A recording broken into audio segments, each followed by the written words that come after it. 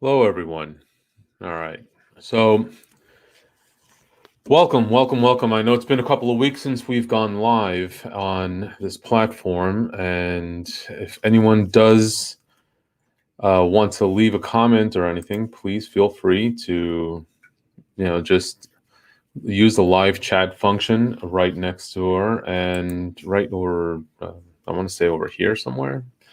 All right. And we will. Right next to her. Here we go. And we will be able to happily answer any of your questions as we go along. So, if this is your first time joining us, I want to say thank you and welcome. Please don't forget to hit the subscribe button to get notified. Also, hit the little bell icon so that you can know when we're going live and when we're posting new content.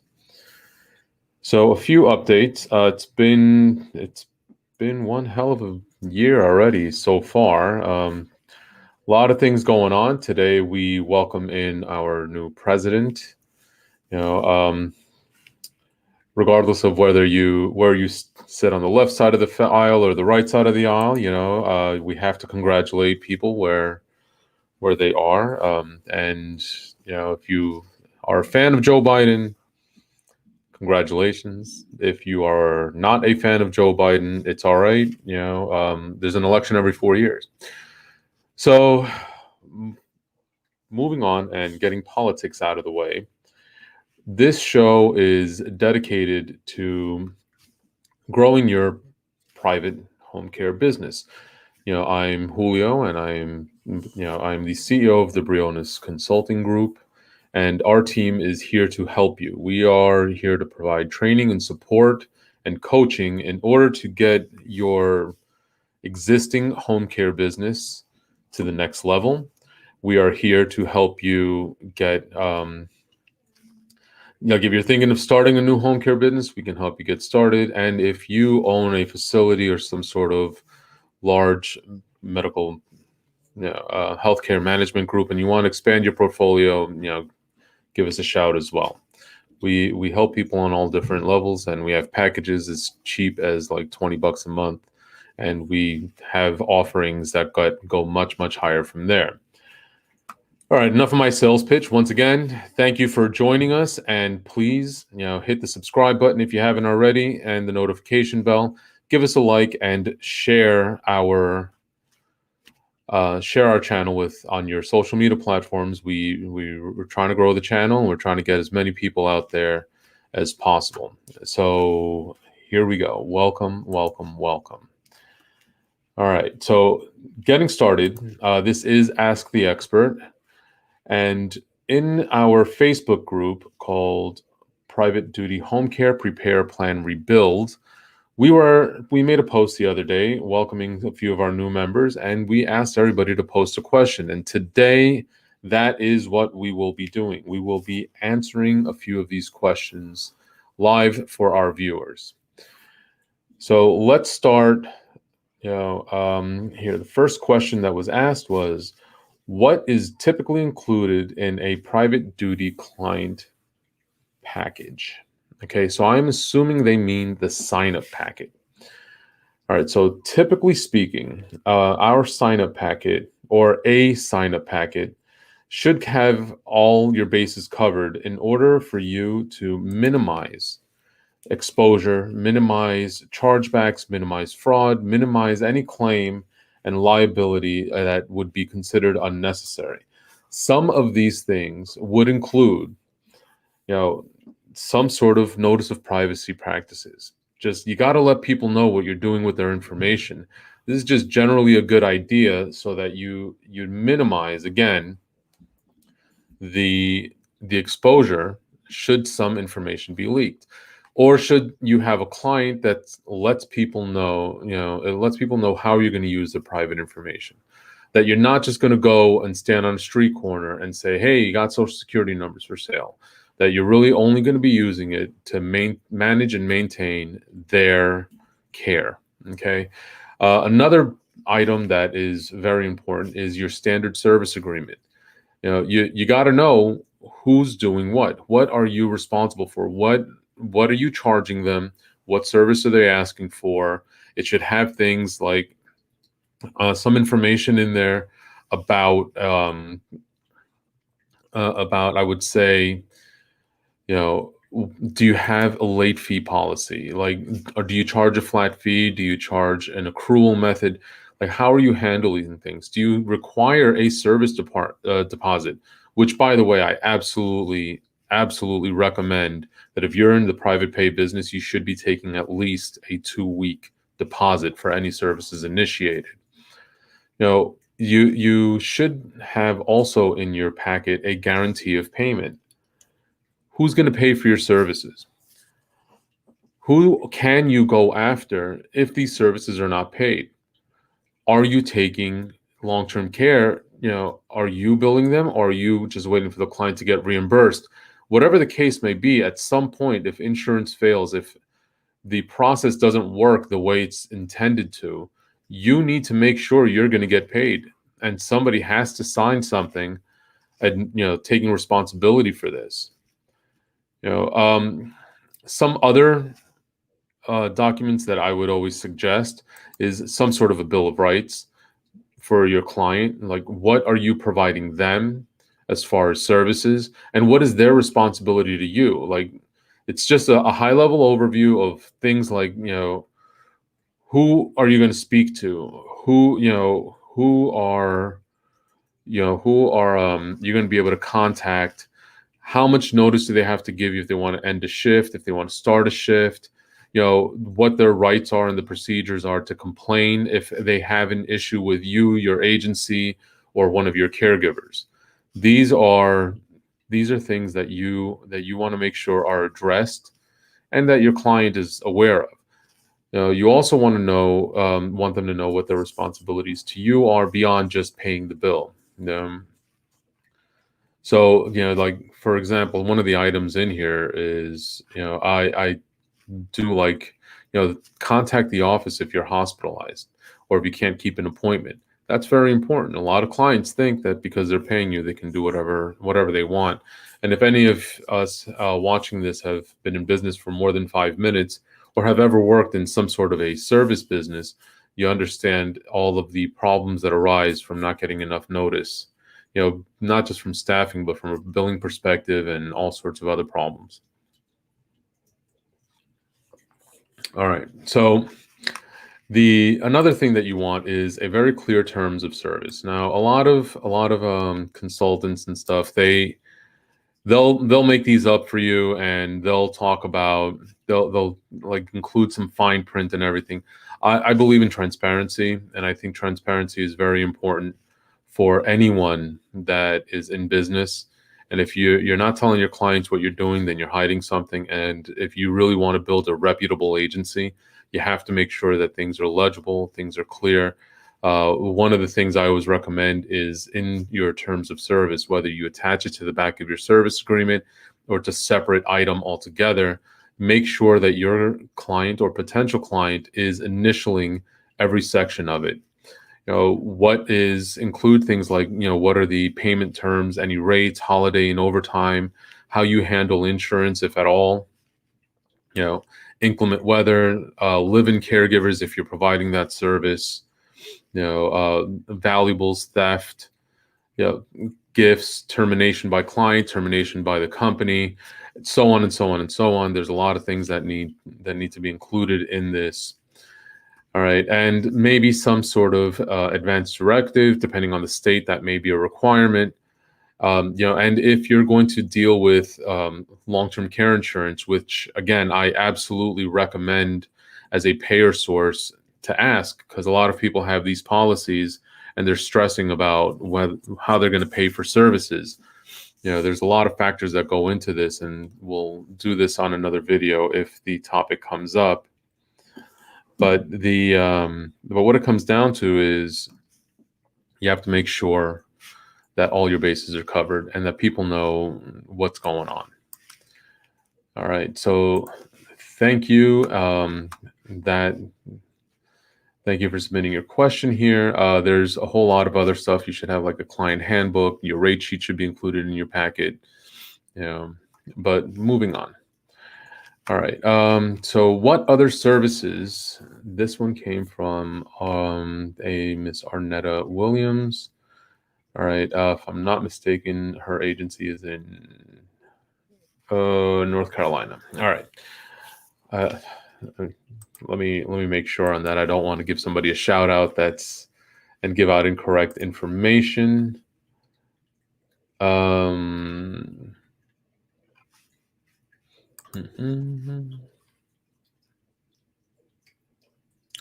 Okay, I may be wrong here. They may be in Ohio. Okay, so yes, Arnetta Williams appears to have her agency in Ohio, and I apologize for that if you're watching. But thank you for submitting your question. And she asked, what other services can be offered other than home care? Well, this is actually one of the things that we specialize in at Briones Consulting Group, is the development of value. Okay, so if you are going to bring your agency to market and you want to be able to charge that premium price that comes with private home care, you want to make sure that you are providing the right amount of value for your clients. Okay, so what does this mean? This means that you don't just want to tell people, okay, we will bill you by the hour and end it. All right. And this goes beyond the specialized programs that if you were doing a referral marketing program, like, creating a custom package for Alzheimer's clients at a memory care unit, or, a hospital sitter program in order to help and accommodate hospitals or skilled nursing facilities. This is much different. I'm talking about a completely different set of programs, some sort of concierge service, house cleaning that goes beyond the standard light house cleaning, maybe some sort of a discharge assistance plan, or there's a lot of different things that somebody can put in place. Downsize management.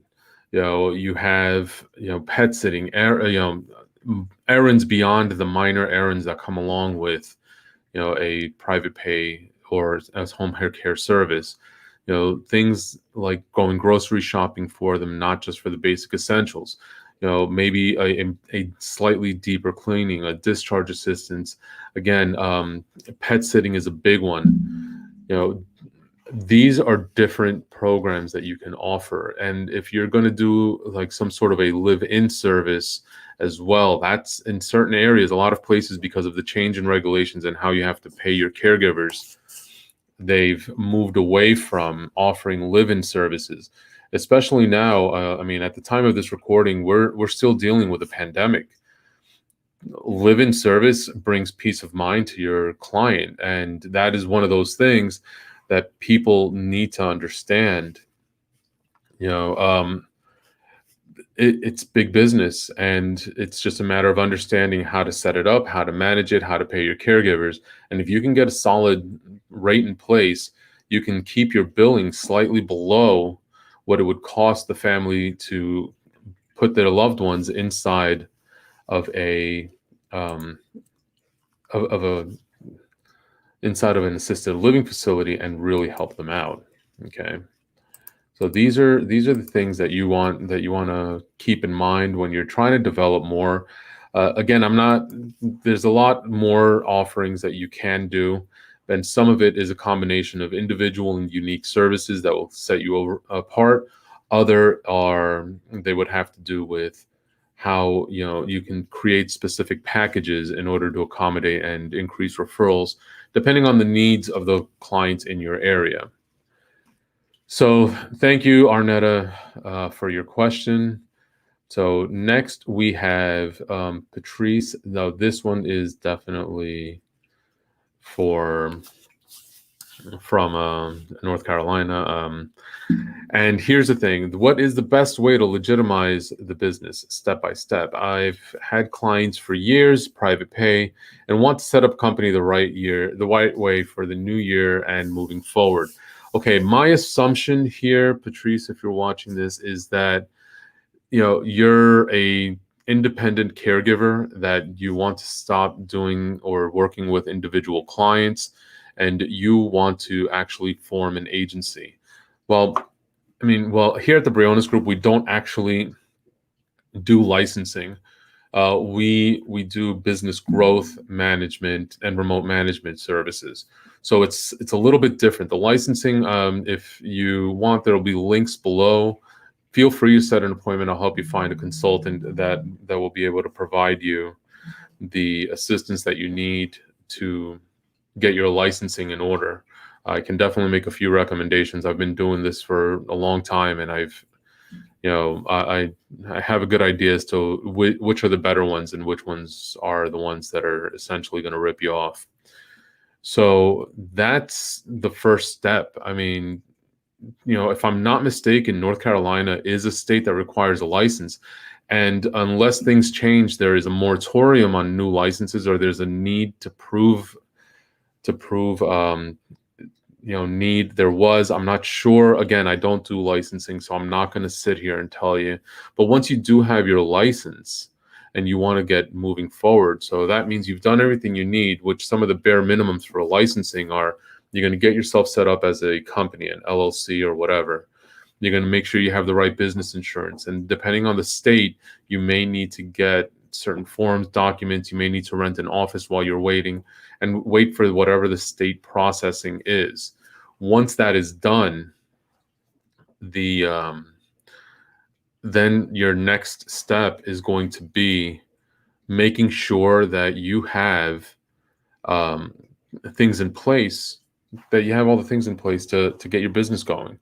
Do you have your forms? Do you have everything else? Now that all of this is set up and you're ready to go, your very first step is to begin marketing in a very soft way while you're waiting for approval.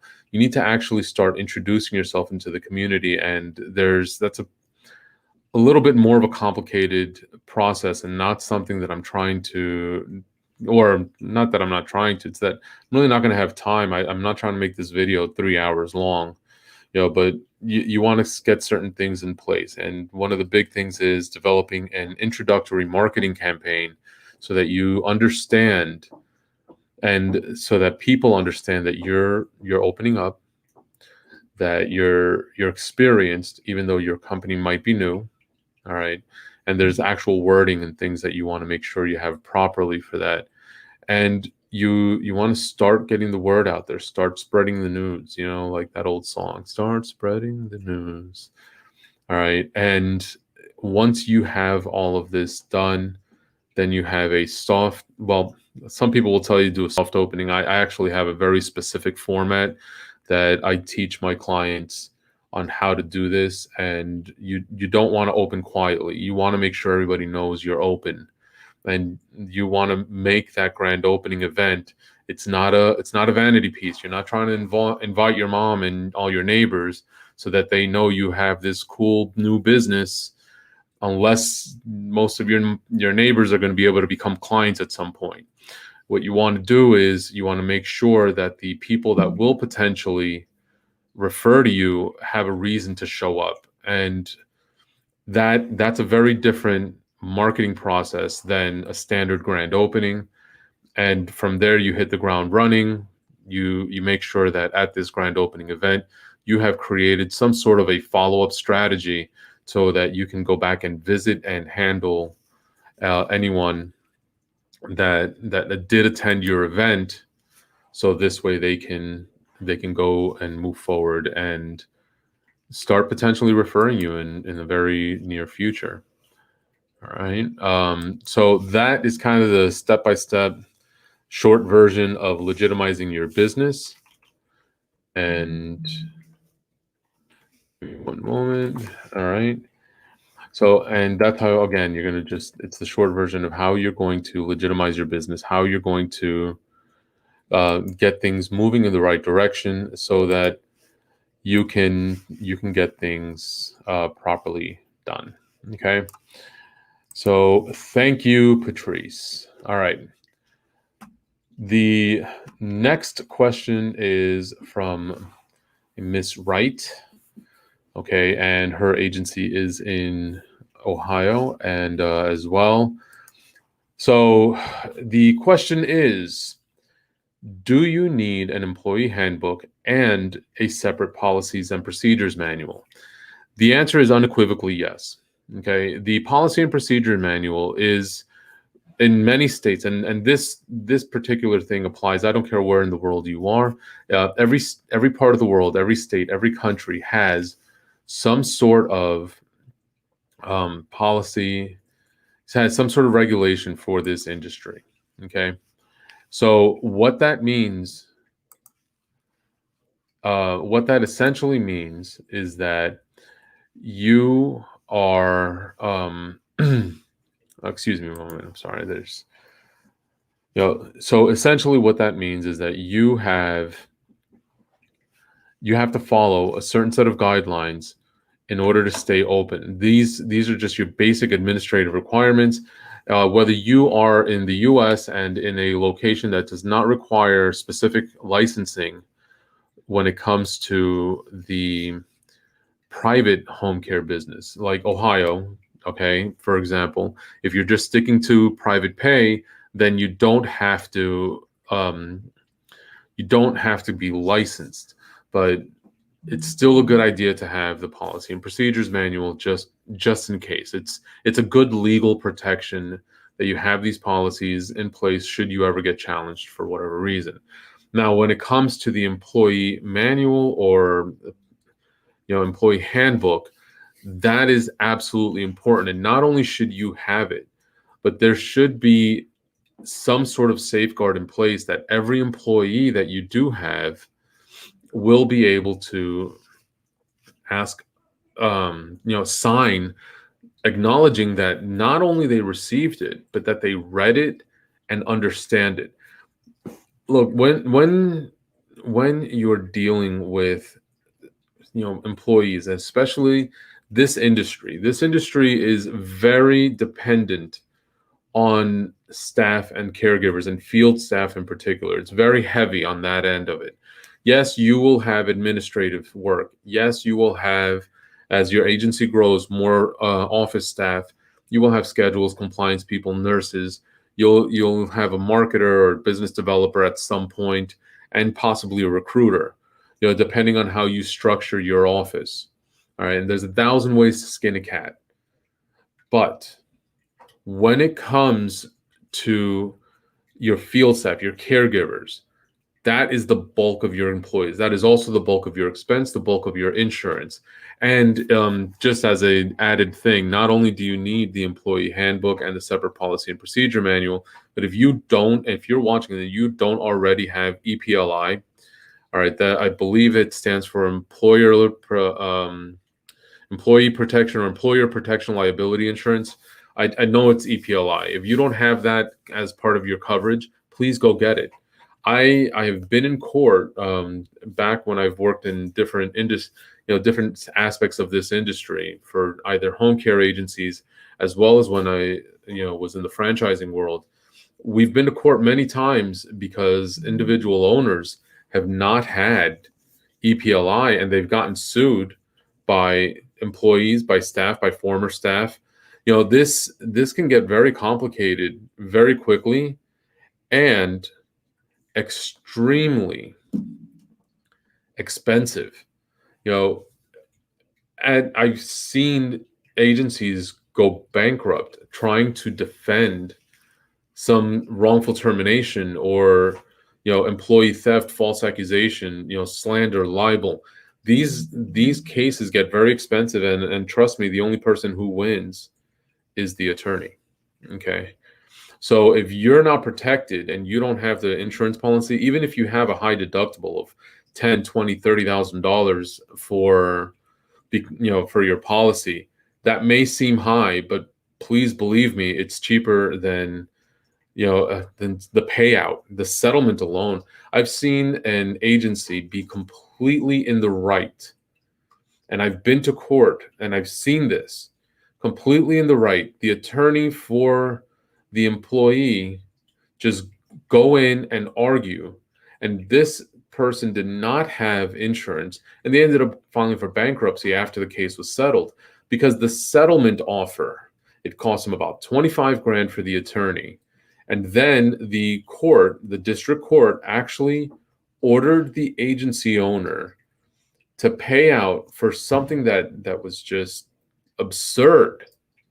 just to get it done with and to stop tying up the courts unnecessarily, they made the agency owner pay a settlement of almost $20,000 to this former employee. You'll take it as you will, but those are the issues, and a lot of the problems stemmed from not having a properly constructed policy and employee handbook, or at least not having had the employee acknowledge that they read and understood what the rules were.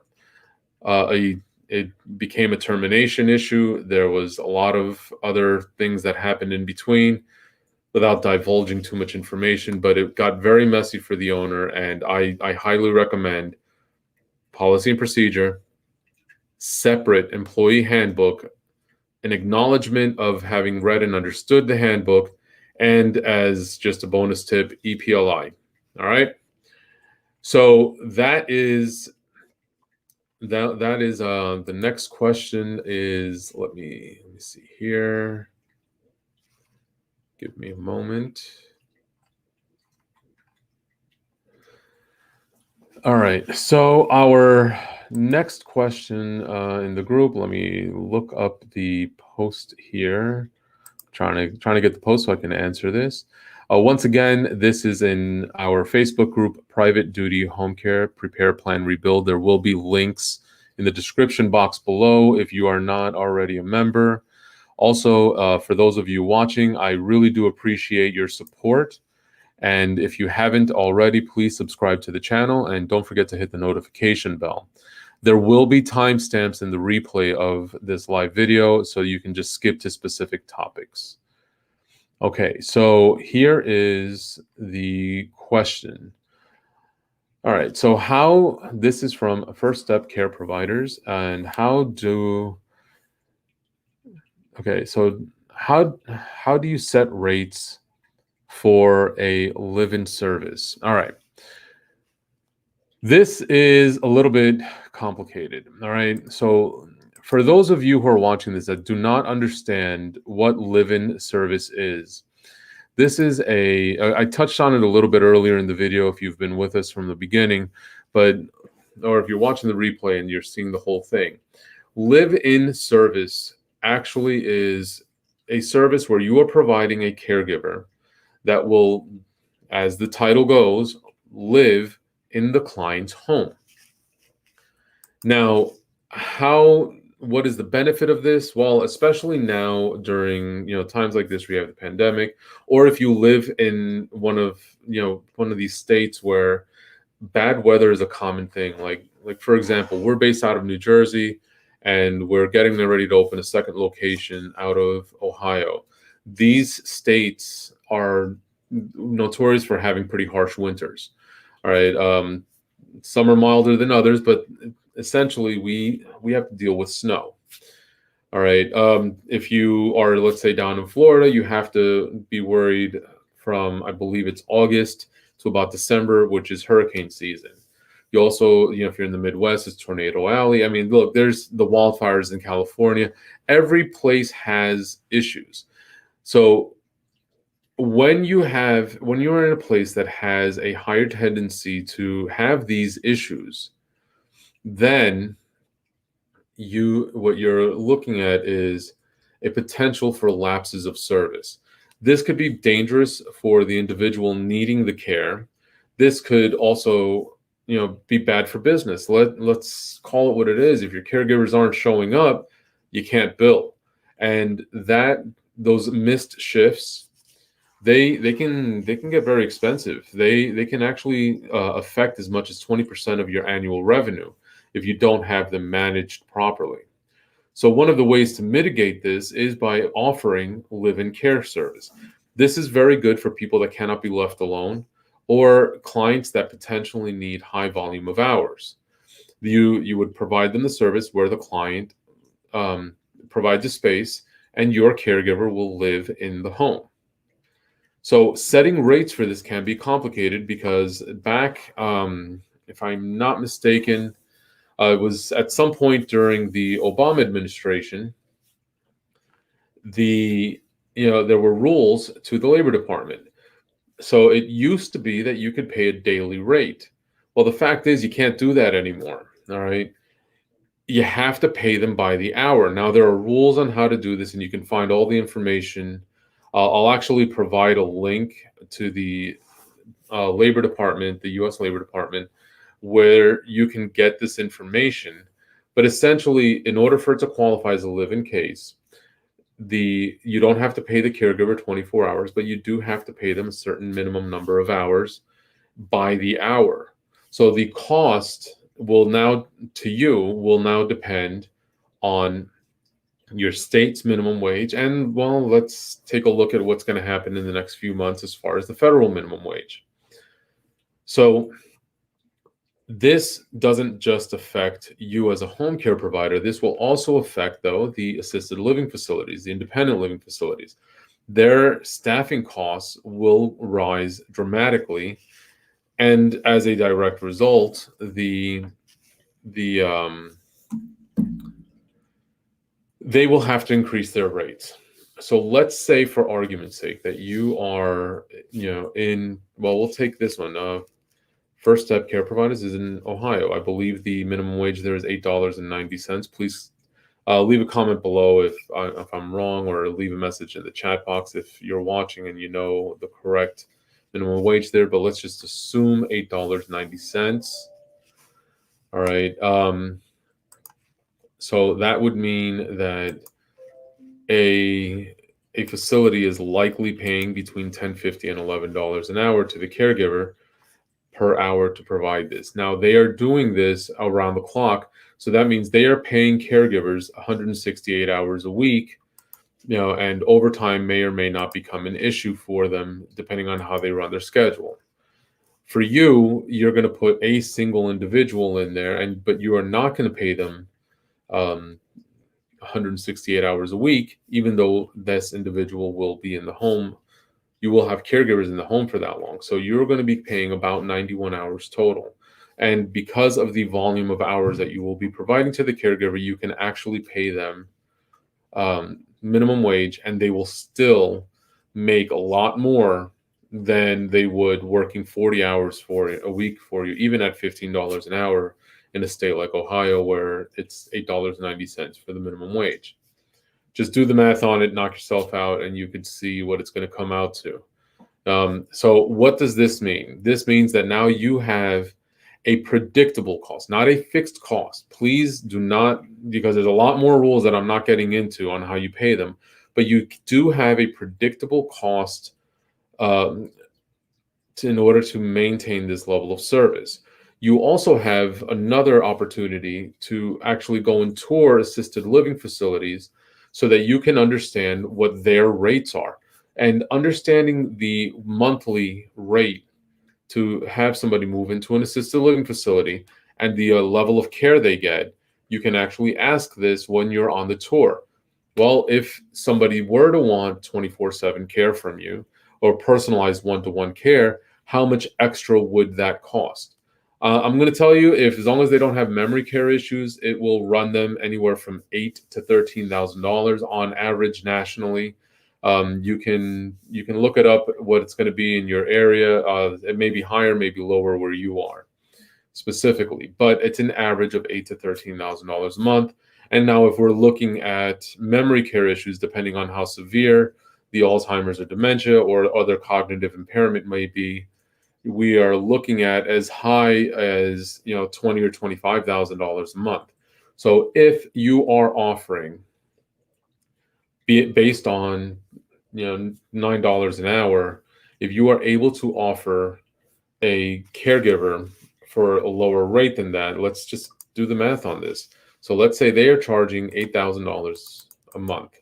Okay, so divide that by 30 days, which 30 days an average month. That means they are charging about $267 a day. All right, for basic service that does not include one-on-one. Now, you're going to be able to provide, let's say, for argument's sake, again, this is not how you calculate it. If you are looking for a strategy on how to create and calculate your pricing, I do have a course that will launch on February 1st, and you can get information on that on our website. The link is right here. Yeah. So you can go check that out. And we're doing pre-registration for $97. It'll be $4.99 once the course goes live. So there'll be links to all of the stuff that I'm talking about in the description box at the end once I put this back up. But what it comes down to is if you're charging, let's say, $220 per day, you're significantly lower than the assisted living facility, and you're still doing about $6,000. So if you're doing $9 per hour and you split it up properly between two caregivers, where you have one live-in caregiver during the week and another one on the weekends, you'll greatly reduce your overtime expense. And now you're looking at a reasonable margin off of the live-in service. Also, and this is the big important one, it is a headache. Please don't get this wrong. This is very complicated, and this is why the majority of the agencies across the country have stopped doing this. But if you could provide that value, and if you understand how to do this properly, you can potentially come up with a decent living. You can get nice billing for it, even if you're charging higher. Let's say they're billing at an average of $267 a day, but because of costs, you're charging $300 a day. You are still, in the long run, cheaper than the assisted living, because your rate will generally stay the same. It will only increase as minimum wage increases, and therefore you are also providing a one-on-one service, and you're providing different amenities that they will not get, mainly the comfort and peace of mind of them being in their own home. So it still comes out dollar for dollar, hour per hour, much cheaper than being in a facility. And if you work it right, these cases tend to be longer term than your hourly case, because it's a greater value, again, hour per hour for the family. All right, so that is generally how it goes. They do have their own sets of rules and everything else that you have to make sure that you accommodate for. Okay, excuse me.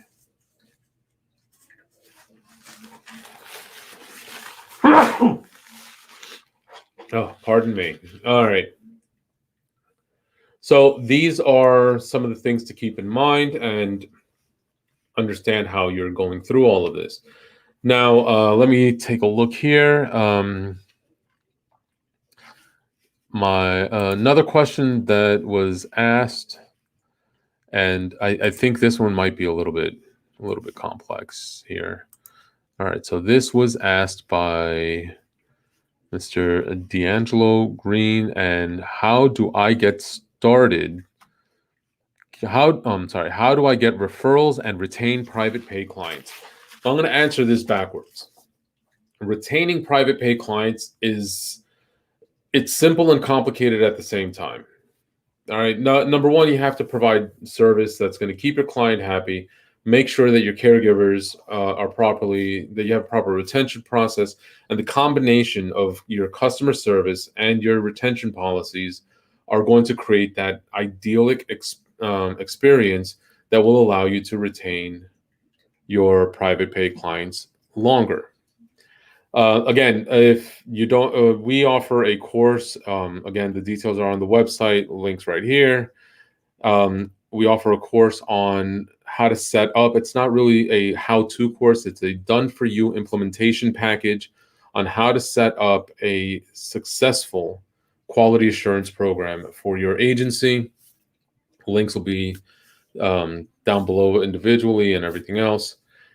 But if you have a good program in place, good quality assurance, if you understand the value of providing the good care for your client, and you keep it client-centric while having a good retention policy in place, amongst other things, you can just essentially keep your clients for a very, very long time. We're still looking at, keep track of your numbers too. You have to understand what is your average lifespan of your client. Many times your caregivers statistically will work with 2 to 4 clients before they go, and your average client will last about 4 months.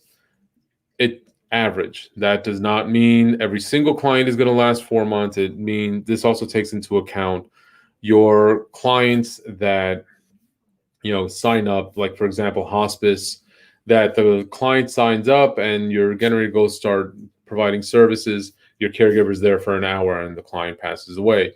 And then it also counts the client that's there for 168 hours a week that lasts for 2 or 3 years. Again, if you average it all out throughout the lifespan of your business on a business that is mature, which is 3 to 5 years, you will have an average client lifespan or client retention of about 4 months. Every agency is a little bit different. Your numbers may differ greatly. Please don't take this as gospel. This is just general and statistical information based on my experience.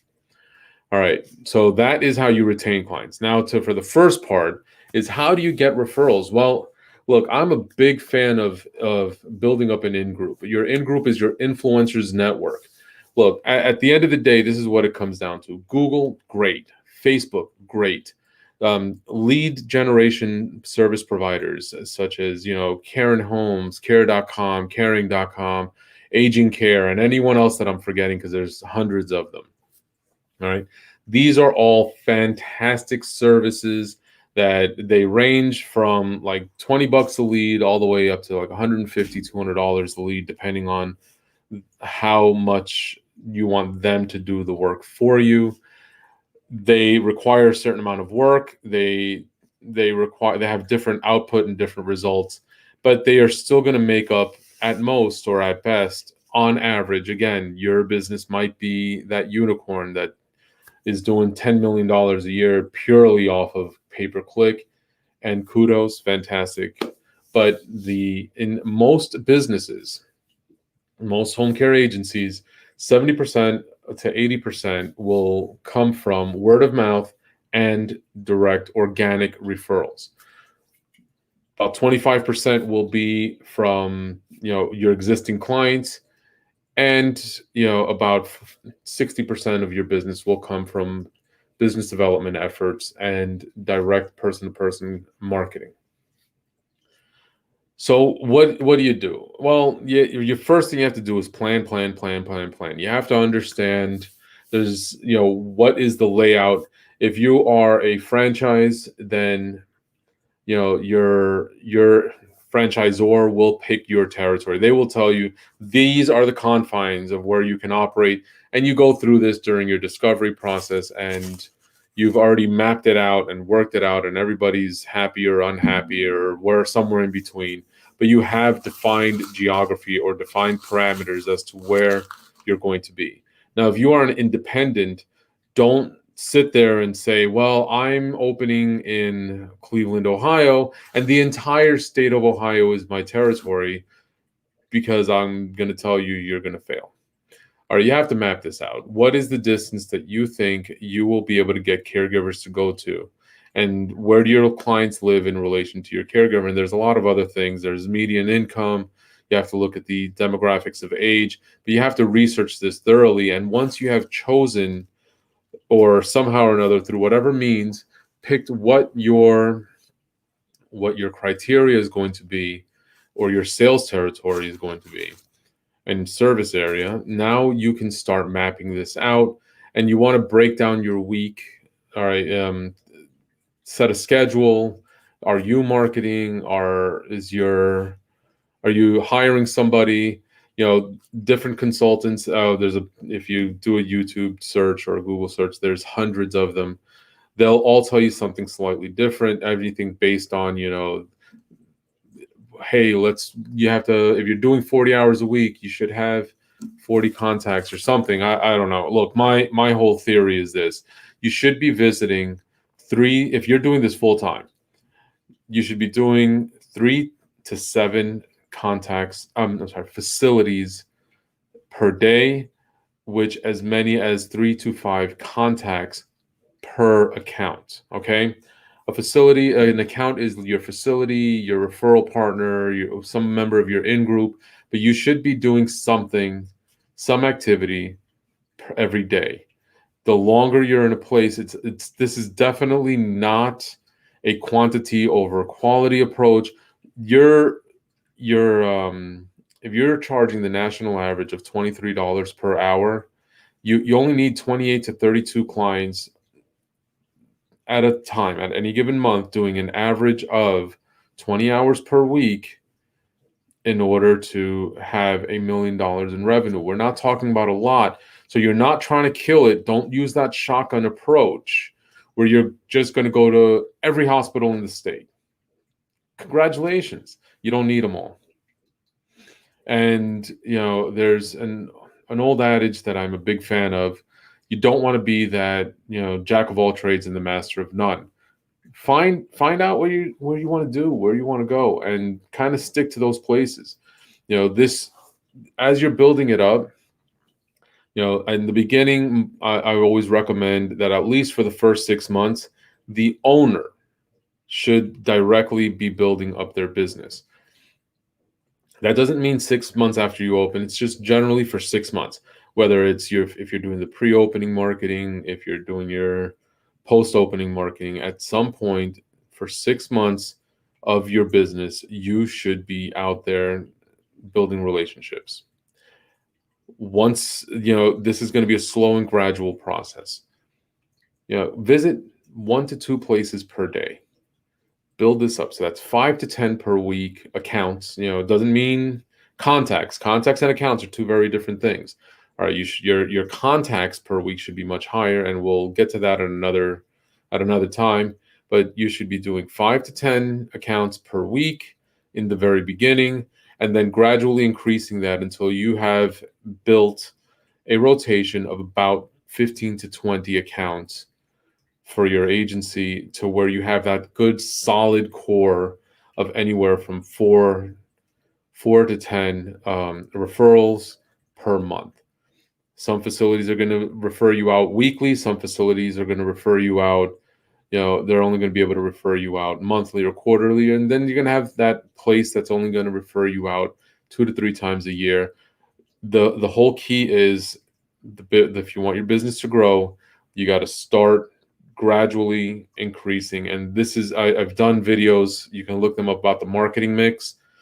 Your goal should be about 30 referrals a month, even day one, meaning you're going to invest heavily into these pay-per-click and referral and digital and everything in the beginning, and less is going to come from your business development efforts. And then this is all going to balance out to where you're relying less on the digital and more on the business development efforts. And that's essentially what it is. I mean, there's a lot more. We do offer coaching specifically on business development and for owners as well as for new marketers. And, again, you can look at the details here. So thank you again, everybody, for watching, and thank you for joining us. If you haven't already, please hit the subscribe button and click the notification bell. Give our video a thumbs up, and leave a comment below. Let us know what you think. If you have questions, feel free to leave a comment below, and we'll answer them on our next live session. So thanks again, and we will see you next time. Have a good one and take care.